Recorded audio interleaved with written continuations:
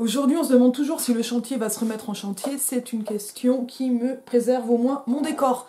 Et ça a déjà cet avantage. On part donc sur un nouveau livre, un livre qui m'occupe aussi depuis très longtemps, un livre qui n'est pas, comment dire, exactement ni un chantier ni autre chose, un livre qui est aussi tout à la fois, un livre qui m'aura accompagné depuis bien 20 ans sans que je ne sache toujours exactement quoi en penser.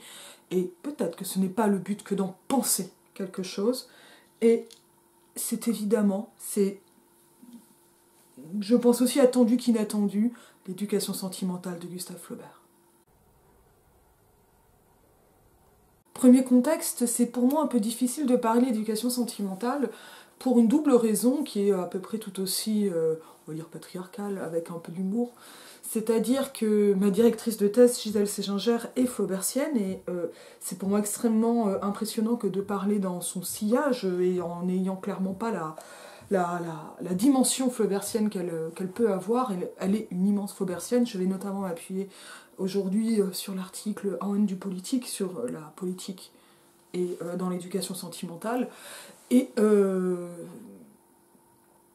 ça, ben donc c'est pas facile parce que Gisèle c'est quelqu'un qui bosse bien et moi je bosse bien mais pas sur Flaubert. Et je ne parlerai pas ici en tant que flaubertienne puisque je ne le suis pas. Et que je sais ce que c'est une flaubertienne. C'est pas la seule flaubertienne de France du tout, mais voilà, pour avoir vraiment fréquenté donc Gisèle Séginger et Juliette Azoulay et vu de près leurs travaux, c'est très très impressionnant. Et Flaubert, c'est vraiment ce qu'on appelle un grand auteur. Cela dit, il y a aussi un deuxième facteur qui va vraiment expliquer cette dimension patriarcale qui m'amuse, c'est que l'éducation sentimentale, c'est par un premier mouvement il y a maintenant un peu plus de 3 ans. C'est un des 2 livres que j'ai attrapé quand j'ai été à toute vitesse remplir un sac pour aller encore plus vite à l'hôpital pour être auprès de mon père. Et voilà, je l'ai déjà dit ici, j'ai été à côté de mon père pour sa dernière nuit. Et en fait, je lui ai fait la lecture. Et au départ, je voulais lui lire Terminus Radius, qui est quand même pas génial, parce que chez Volodine, souvent les personnages meurent assez vite, et je sais pas si ça vaut le coup de lire à un mourant la mort de quelqu'un d'autre. Et voilà, et je l'avais attrapé très très vite, et comme par un genre de geste un peu, peut-être magique, un peu étrange, un peu... C'est ce qui s'est passé en tout cas. J'avais pris avec moi l'éducation sentimentale, ou un peu un fétiche, enfin... Parce que l'éducation sentimentale, je l'ai lu... Au lycée, j'avais lu Bovary en 4e, ce qui est immensément trop tôt. Voilà, ce sont des livres qui sont déjà pour moi des livres lus, relus, et pas forcément maîtrisés dans le sens... j'avais oublié plein de choses, très clairement. Et je comprends mieux en relisant, en ayant relu ces dernières semaines l'éducation sentimentale, ses oublis. En tout cas, moi, c'est un livre dont j'ai relu l'incipit à voix haute à mon père qui ne me parlait plus, et donc ça a été impossible de le relire pendant plusieurs années, dans les années qui ont suivi. Et là, moi je sens, voilà, je l'ai dit déjà dans une vidéo il y a quelques temps, je sens qu'une boucle se boucle, ce qui ne signifie pas que la douleur s'éteint complètement, mais elle se transforme, et la douleur la plus vive, elle-même n'apparaît plus que par moments. Et ça, on peut faire ce qu'on veut, c'est quand on déconseille à des gens de choisir un sujet personnel ou trop personnel pour une thèse, et en fait on ne se rend souvent pas compte d'à quel point nos sujets peuvent être personnels. C'est pour ça, c'est parce qu'il y a des moments où les choses sont insupportables. Et là, ça n'avait rien de personnel que l'éducation sentimentale en soi, ça l'est devenu par ce hasard de la circonstance. Et j'ai l'impression que c'était pas un hasard et en même temps c'était complètement un hasard et je ne sais pas en tisser ou en révéler les liens. Puis de toute façon ils vont être très personnels et pas très intéressants pour la chaîne. Mais c'est... Voilà, il y a eu ça qui fait que ces dernières années, j'ai beaucoup transporté l'éducation sentimentale en l'ayant très peu ouvert. Et là, en plus j'ai eu plusieurs trajets en métro ces dernières semaines, un peu longs, etc. Et donc j'ai lu l'éducation sentimentale avec un immense plaisir, et aussi cette immense surprise qu'il ne se passe à peu près rien. Et en même temps, il se passe tout, et même une révolution, c'est-à-dire finalement, c'est un peu le livre qui fait du tout un rien, ou qui acte que le tout se fond dans le rien, ou pour enlever des espèces de concepts totalisants et quelque peu écrasants. Peut-être que c'est le livre aussi qui nous explique un genre de farce de l'histoire, mais cette façon d'être à côté de l'histoire et de la sienne, qui est tout à fait celle de Frédéric Moreau. Je pense qu'on peut lire, que je vais lire l'Incipit, avec cette étrangeté que c'est un Incipit que j'ai déjà lu à voix haute, mais avec un public très choisi. Et voilà, et peut-être parcourir quelques scènes et dire un peu ce qui me reste de cette impression de l'éducation sentimentale, qui est bien sûr tout sauf une éducation, ou qui l'est justement parce qu'elle ne l'est pas. J'ai pas lu la préface, donc moi j'ai cette édition folio classique, je sais même plus, j'ai dû la choper d'occasion comme souvent, encore que là j'ai pas d'étiquette, qui est l'édition de Samuel S. de Sassy, et c'est une illustration, une peinture de Paul Dubouf en détail, collection particulière. J'ai lu sur Twitter quelqu'un qui disait avoir entendu une conversation devant, je crois, Orsay ou comme ça. Ah là là, elle est bien cette expo. Oh non, mais des caillebottes, j'en ai à la maison. Voilà, et là, je vois collection particulière. Bon, mais voilà, moi j'aurais dû avoir un Tanks à la maison. Il m'a été volé par le courrier. Enfin voilà, ça s'appelle ne pas avoir de bol. Donc, en tout cas, l'éducation sentimentale, ici dans cette édition, je mettrai un lien Wikisource. Ça, c'est vraiment un livre qui n'est pas du tout impossible de se procurer. Je n'ai pas toujours des livres accessibles, mais enfin là, c'est le cas. Il y a tout en dossier. J'ai lu quelques notes, mais je ne me suis pas plus appuyé que ça sur le dossier. Ça veut dire que j'en ai aucun avis, ça ne veut pas dire qu'il n'est pas bien. Ouais, j'ai eu envie d'une lecture, pour ainsi dire, immersive.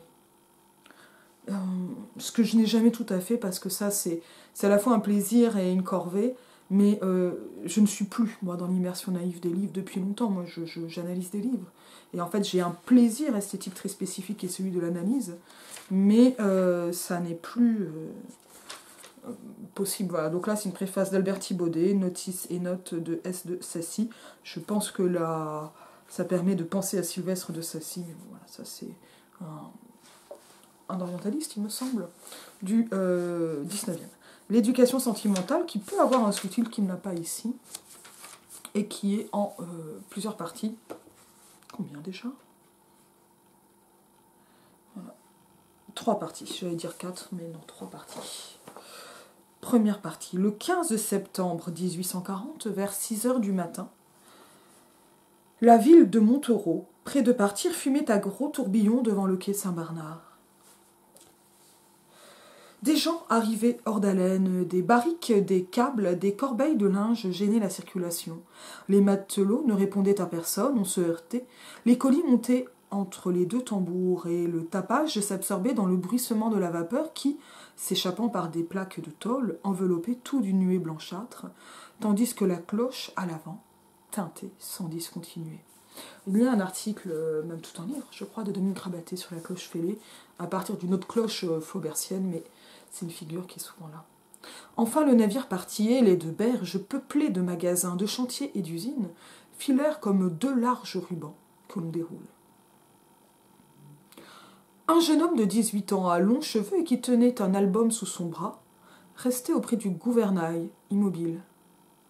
À travers le brouillard, il contemplait des clochers, des édifices dont il ne savait pas les noms. Puis il embrassa, dans un dernier coup d'œil, l'île Saint-Louis, la cité Notre-Dame. Et bientôt Paris disparaissant, il poussa un grand soupir. Monsieur Frédéric Moreau, nouvellement reçu bachelier, s'en retournait à Nogent-sur-Seine, où il devait languir pendant 2 mois, avant d'aller faire son droit, c'est en italique. Sa mère, avec la somme indispensable, l'avait envoyé au Havre voir un oncle dont elle espérait pour lui l'héritage. Il en était revenu la veille seulement, et il se dédommageait de ne pouvoir séjourner dans la capitale, en regagnant sa province par la route la plus longue. Le tumulte s'apaisait, tous avaient pris leur place. Quelques-uns debout se chauffaient autour de la machine et la cheminée crachait avec un râle lent et rythmique son panache de fumée noire. Des gouttelettes de rosée coulaient sur les cuivres, le pont tremblait sous une petite vibration intérieure, et les 2 roues, tournant rapidement, battaient l'eau. La rivière était bordée par des grèves de sable. On rencontrait des trains de bois qui se mettaient à onduler sous le remous des vagues, ou bien, dans un bateau sans voile, un homme assis pêchait. Puis les brumes errantes se fondirent, le soleil parut, la colline qui suivait à droite le cours de la Seine peu à peu s'abaissa, et il en surgit une autre, plus proche, sur la rive opposée. Des arbres la couronnaient parmi des maisons basses couvertes de toits à l'italienne. Elles avaient des jardins en pente que divisaient des murs neufs, des grilles de fer, des gazons, des serres chaudes et des vases de géranium, espacés régulièrement sur des terrasses où l'on pouvait s'accouder. Plus d'un, en apercevant ces coquettes résidences si tranquilles, enviait d'en être le propriétaire, pour vivre là jusqu'à la fin de ses jours avec un bon billard, une chaloupe, une femme, ou quelque autre rêve. Le plaisir tout nouveau d'une excursion maritime facilitait les épanchements. Déjà, les farceurs commençaient leurs plaisanteries, beaucoup chantaient, on était gai.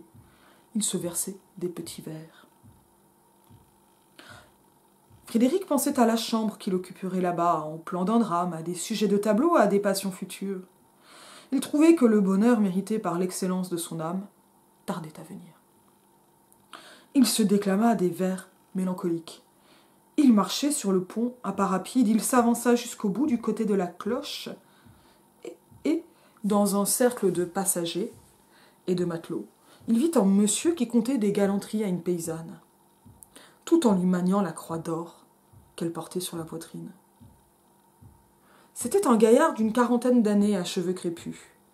Sa taille robuste emplissait une jaquette de velours noir.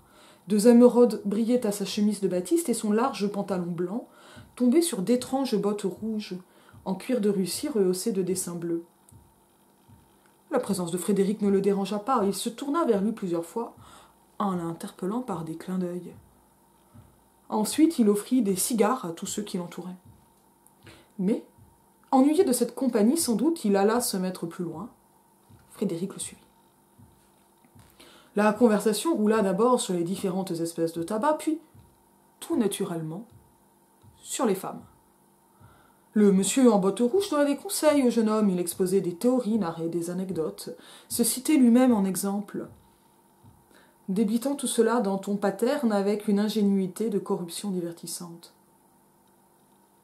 Il était républicain, il avait voyagé, il connaissait l'intérieur des théâtres, des restaurants, des journaux, et tous les artistes célèbres qu'il appelait familièrement par leur prénom.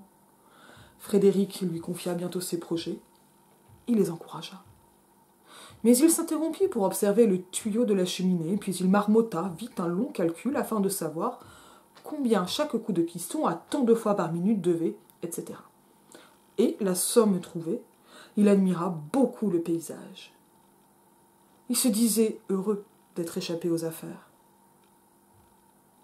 Frédéric éprouvait un certain respect pour lui, et ne résista pas à l'envie de savoir son nom. Hop, on va devoir faire une pause. Oui, allô ?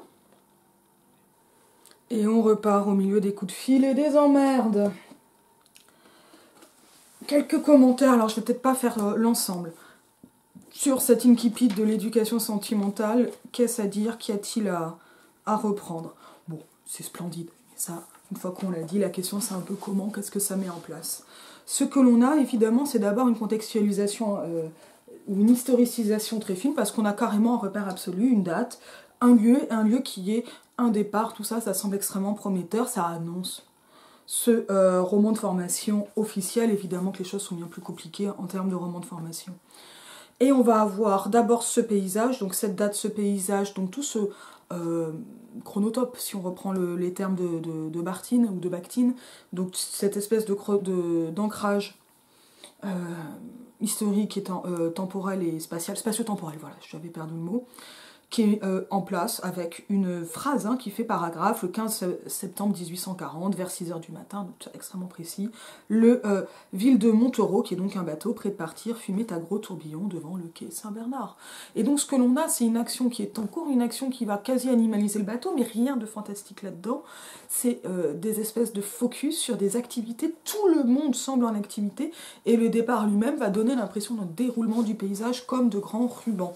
Et dans cette immense activité du départ, on a donc ces gens qui arrivent hors d'haleine, les barriques, les tambours, les plaques, et cette cloche qui teinte sans discontinuer. Le départ, enfin, le navire parti. Donc on passe des imparfaits à un passé simple qui fait événement, qui va marquer un événement et donc qui annonce ce déroulement du paysage pour un nouveau focus sur un jeune homme qui arrive d'une manière particulièrement traditionnelle avec un article indéfini 1.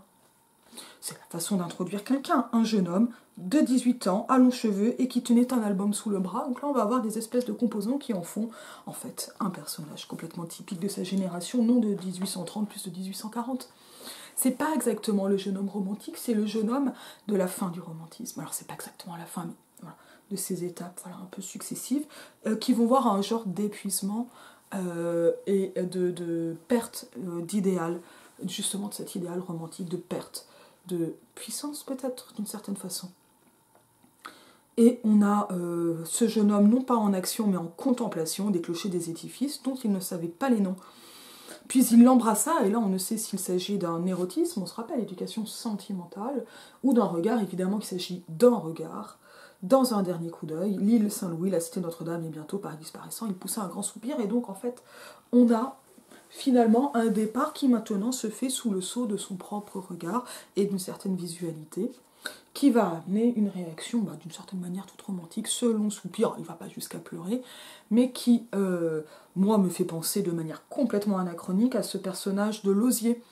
Là, on est dans BD des années 80, c'est quand même de la BD assez cynique, je pense notamment à la BD La course du rat, ça c'était dans le Nouvel Obs, La course du rat, où le personnage du jeune homme bourgeois, très ambitieux et très incapable de ses ambitions, écrit dans son journal intime, j'ai 18 ans, qu'est-ce que j'ai fait de ma vie? Rien! Voilà, et on est particulièrement furieux. Et on arrive immédiatement à une présentation de Monsieur Frédéric Moreau. Hop là, on a le nom. Nouvellement reçu bachelier, donc hop, on a l'immédiat passé, sans retourner à Nogent-sur-Seine, et presque quelque chose d'un peu ironique, qui le présente finalement comme un genre de chevalier quand ça n'est jamais qu'un bachelier. Ce qui d'ailleurs a un peu la même étymologie. Je ne sais pas si là il y a un jeu, pas la même étymologie, mais le même sens. Le bachelier en ancien français n'est pas exactement le titulaire d'un bachelor. Où il devait languir pendant 2 mois, donc voilà, et toute la misère des vacances pour un jeune homme de 18 ans qui doit finir en province. Donc en fait, on a là énormément de caractères de ce personnage qui nous sont présentés pour nous présenter le personnage avec. Dans ce voyage, c'est-à-dire que finalement le voyage s'incorpore très exactement dans ce qui est le moment d'une formation. Et en cela, l'éducation sentimentale est parfaitement typique de ce qu'est un roman de formation ou un roman d'apprentissage. Il est peut-être bon ici de revenir quelques années, même un siècle en arrière, sur ce qu'est le roman d'apprentissage, qui formellement, d'après Robert Grandroot, dont je crois que c'est une thèse en 2 volumes sur le roman d'apprentissage, débute avec les aventures de Télémaque de Fénelon en 1699 et finalement va connaître de multiples évolutions jusqu'à une espèce d'échec du roman d'apprentissage qui se trouve notamment dans le roman de formation. Le roman de formation, c'est la traduction du roman qui est le Bildungsroman allemand, en Allemagne, et qui se manifeste par le Bildungsroman, notamment en fait, par le fait que dans le roman d'apprentissage, le personnage part sur la route, part souvent en voyage, mais va partir pour accomplir une quête. Dans le roman de formation, finalement, la quête devient elle-même un élément de cette recherche. Je vais rappeler.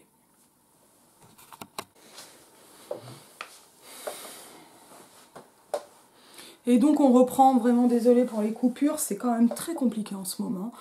On se retrouve là au niveau donc, du roman d'apprentissage, on passe, en fait il y a comme une mise en échec du roman d'apprentissage qui se passe notamment dans le roman de formation en Allemagne. Le roman de formation, il y a pas mal d'étapes, des reprises de Fénelon, de Voltaire, notamment dans le Agathon de Christoph Martin Wieland. Ça, en fait, c'est mes sujets de master, ça.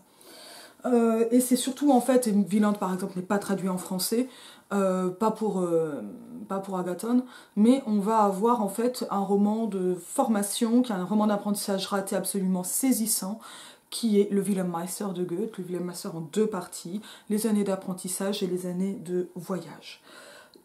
Ça amène quelque chose qui est extrêmement étonnant dans son histoire, dans sa transnationalité, et notamment dans le passage en international. Alors là, j'en parle comme s'il y avait quelque chose de comment dire, d'essentiel ou comme une essence. Il n'y a pas une essence du roman d'apprentissage qui circule, il y a des liens qui se font entre des gens qui se lisent, qui parfois se connaissent, qui se lisent les uns les autres, qui réfléchissent à ce qui fait un récit, ce qui fait un apprentissage, ce qui fait la modernité, ce qui fait de vivre dans un monde contemporain, etc. etc. Et notamment dans un monde qui est... Toute cette histoire, elle est traversée évidemment par la rupture qu'est la Révolution française, qui est une rupture historique et historiographique, c'est-à-dire qu'on ne peut plus faire de l'histoire de la même façon après la Révolution. Globalement, enfin, on peut parler d'une théologie brisée, il n'y a plus de providence possible comme explication historique, si on va très très vite dans les schémas. Et cette brisure fonctionne pas très bien, mais amène comment dire, la façon de penser l'histoire influe sur la façon de penser les histoires, en gros. Et donc de penser aussi ce qui va faire récit, c'est-à-dire que finalement le rôle de l'individu est fortement impacté, je déteste le mot impacté, mais profondément modelé par cette nouvelle historiographie, cette nouvelle façon de vivre l'histoire, c'est-à-dire que un personnage peut avoir un rôle historique, et c'est un peu tout l'enjeu pour un personnage comme Julien Sorel dans Le Rouge, c'est devenir Napoléon. C'est le modèle de Napoléon comme un modèle d'individu sur lequel se modeler, se forger, etc. Et ce modèle individuel se retrouve fortement malmené. Et il est à la fois rendu puissant par la capacité qu'a ce nouvel arrivé sur la scène, on va dire politico-historique, le peuple, d'influer le sens de l'histoire, et en même temps son impuissance, comme le montrent les révolutions et les échecs des révolutions du 19e. C'est un peu tout ça que les personnages traversent, et c'est ce que Frédéric Moreau va traverser, et c'est ce que Frédéric Moreau est déjà en étant ce jeune homme soupirant d'un bateau qui est même pas un grand bateau, qui n'est pas en train de traverser l'Atlantique, qui n'est pas en train de vivre une grande histoire, qui est simplement en 40 en train de rentrer chez lui dans sa province. Ce qui pourrait être la fin d'un roman, et on a de manière extrêmement symbolique un roman qui débute par l'ennui annoncé, contrecarrant des projets de grandeur et d'ambition, un personnage qui rentre chez lui, qui va chez sa maman. Oh, c'est ça, le regard flaubertien, je sais pas, mais c'est ça un peu qui se met en place dans le texte, et qui finalement en sortira, mais pour pas grand-chose d'autre. Et toute la surprise finalement de l'éducation sentimentale, c'est que c'est un roman qui est traversé par l'histoire, mais le personnage reste à côté de l'histoire et de son histoire dans le même temps, et de manière symptomatique des deux. Donc c'est un peu l'histoire très longue d'événements qui sont des ratages permanents, qui ne sont pas des ratages comiques. On n'est pas dans Bouvard et Pécuchet, qui viendra après. Là, on est en 69 quand Flaubert publie l'éducation sentimentale. On est dans une éducation qui ne marche pas ou qui ne va marcher, on va dire, que par l'apprentissage-erreur et sans réussite derrière. Et qui va avoir finalement comme effet très paradoxal de fabriquer une histoire sans événements. Et dont les événements eux-mêmes, historiques, hallucinants, ahurissants, s'écrasent au fur et à mesure de leur narration.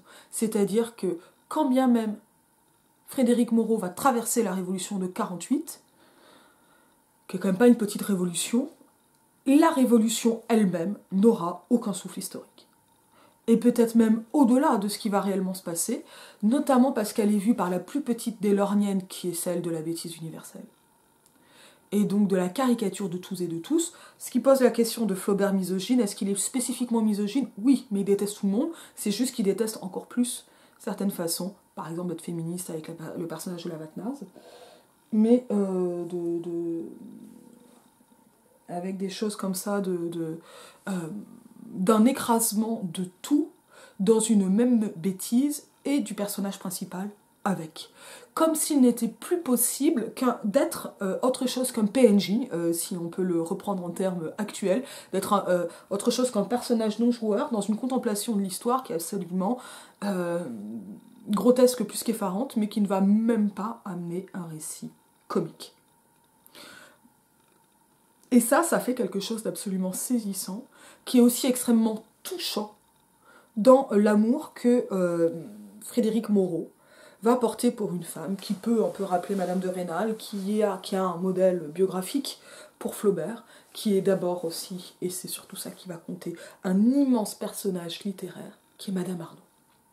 Et Madame Arnoux, donc là on rencontre Monsieur Arnoux, on va entendre Arnoux, c'est-à-dire finalement quelque chose qui aurait pu être l'absolu artistique, comme il y a un absolu littéraire, celui du romantisme, mais sa dégradation complète dans le commerce, et dans un commerce spéculatif d'escroquerie, il revend plus cher, etc., et qui apparaît déjà par cette scène de quasi-gaudriole, de ce que nous on appellerait un genre de harcèlement de rue, de drague de rue, d'un personnage qui va draguer une petite paysanne avec un écart d'âge et de classe monumental, une tromperie évidemment, d'un lien marital, celui avec Madame Arnoux, et une mise en place immédiate d'une connivence masculine. Le boys band, le boys club. Oui, j'entends plusieurs personnes ces derniers temps dire boys band pour boys club. Moi j'adore, parce que ça amène une espèce de dimension un peu chantante et dansante à tout ça. Chez Delvaux, Martine Delvaux par exemple, c'est vraiment le boys club, et c'est aussi très intéressant de le voir comme un club de gentilshommes. Voilà. Et là, la connivence masculine immédiate entre Arnoux et Frédéric Moreau va mettre en place une relation très étrange de patronage, de cicérone, d'émulation, enfin peut-être pas exactement d'émulation, mais de protection et d'amitié très étrange, va préparer aussi l'étonnement de la rencontre là, que je n'ai pas lue de Madame Arnoux, de la première vision de Madame Arnoux. Ce fut une apparition, je vous ferai peut-être une explication à un autre moment. On a quelques moments de grande apparition de Madame Arnoux, et plein de moments qui sont des rapprochements qui ne fonctionnent pas, qui ci, qui ça, etc. D'une histoire d'amour qui ne fonctionne jamais et qui n'est pas suppléée par une autre, ou pas réellement suppléée par une autre, au point que, et là moi j'ai pleuré dans mon métro, la fin de la deuxième partie s'achève, la deuxième partie s'achève, pardon, pour cette tautologie, sur Frédéric pleurant parce qu'il couche avec une femme qui n'est pas Madame Arnoux. Et c'était tellement beau que j'ai pleuré, quoi, comme Frédéric Moreau en même temps. Le grand étonnement que j'ai pour l'éducation sentimentale, c'est de voir à quel point l'ensemble du livre, de ce roman, donc est un roman non événementiel, malgré la profusion d'événements. On n'est pas chez Beckett. Ce n'est pas le roman sur rien. Il se passe énormément de choses, et pourtant rien. C'est-à-dire qu'elles sont elles-mêmes néantisées par le sentiment d'inanité du personnage. Qui fait pourtant, qui ambitionne, et puis non. On a quelque chose de Bartleby dans Frédéric Moreau, et qui en même temps, contrairement à Bartleby, Moreau a de l'ambition. Mais c'est une ambition qui est velléitaire, qui ne tient pas. Et c'est ces espèces de velléités d'ambition, de révolution, d'idéaux, même dans l'idéal romantique, quelque chose qui est à la fois profondément illusoire et profondément velléitaire, alors que Bartleby n'a pas d'ambition. Bartleby, il est dans un rien permanent, et là, c'est quelque chose de plus dépressif, c'est le rattrapage par le rien. Et ça m'a paru absolument bouleversant comme roman. C'est un roman qui est bouleversant, mais qui est potentiellement aussi très ennuyeux. Puisque finalement, même les passages révolutionnaires, quelque chose de stendhalien là-dedans, mais sans l'éclat que le narrateur peut donner à la veulerie de ces personnages masculins, c'est pas seulement que Fabrice est sur le champ de bataille de Waterloo et que notre héros n'avait jamais été si peu héros en ce moment, c'est que le héros n'est jamais un héros, mais le narrateur ne se moque même pas de lui. Et on va développer une empathie très forte, puisque j'ai pleuré, par exemple, pour Frédéric Moreau, dans lequel on peut se reconnaître, notamment par les discours intérieurs, enfin le discours indirect libre qui permet de le connaître, parce qu'on a aussi probablement, d'un point de vue un peu psychologique de réception, une envie d'idéal qui ne va pas aboutir. Mais on n'a pas les choses n'avancent pas davantage. Et donc, là, c'est cette espèce de non-événementialité qui m'a vraiment frappée, qui est assez déprimante à la lecture, et qui fait... Il se passe plein de choses, il y a plein d'affaires dans tous les sens, etc. Mais ça donne une impression d'encombrement vaniteux. Et de la vanité dans tous les sens que peut avoir la vanité. Parce qu'ils n'arrêtent pas de se faire des prêts, des machins, de calculer l'argent. On est en pleine bourgeoisie, mais on n'est pas dans la curée, on n'est pas dans les immensités financières qui auraient pu avoir, si ce n'est du sublime, au moins un genre de grandeur. Tout semble mesquin. Voilà. Tout semble mesquin, et en même temps, Madame Arnoux apparaît comme une apparition, et c'est le catalyseur du grand amour, mais un grand amour qui lui-même peut être mesquin. On se demande si elle le mérite, parce que les gens autour d'elle la trouvent quand même plutôt quelconque. Et il y a quelque chose comme ça dans ce qui est un événement, dans ce qui peut faire histoire, de l'ordre d'impossible, un peu d'impossible messianique à la Benjamin, et qui en même temps, boum, va rester lettre morte. Et c'est extrêmement saisissant. C'est une journée un peu fatigante, je vais en rester là. Je vous dis à bientôt. On reparlera de l'éducation sentimentale si vous voulez.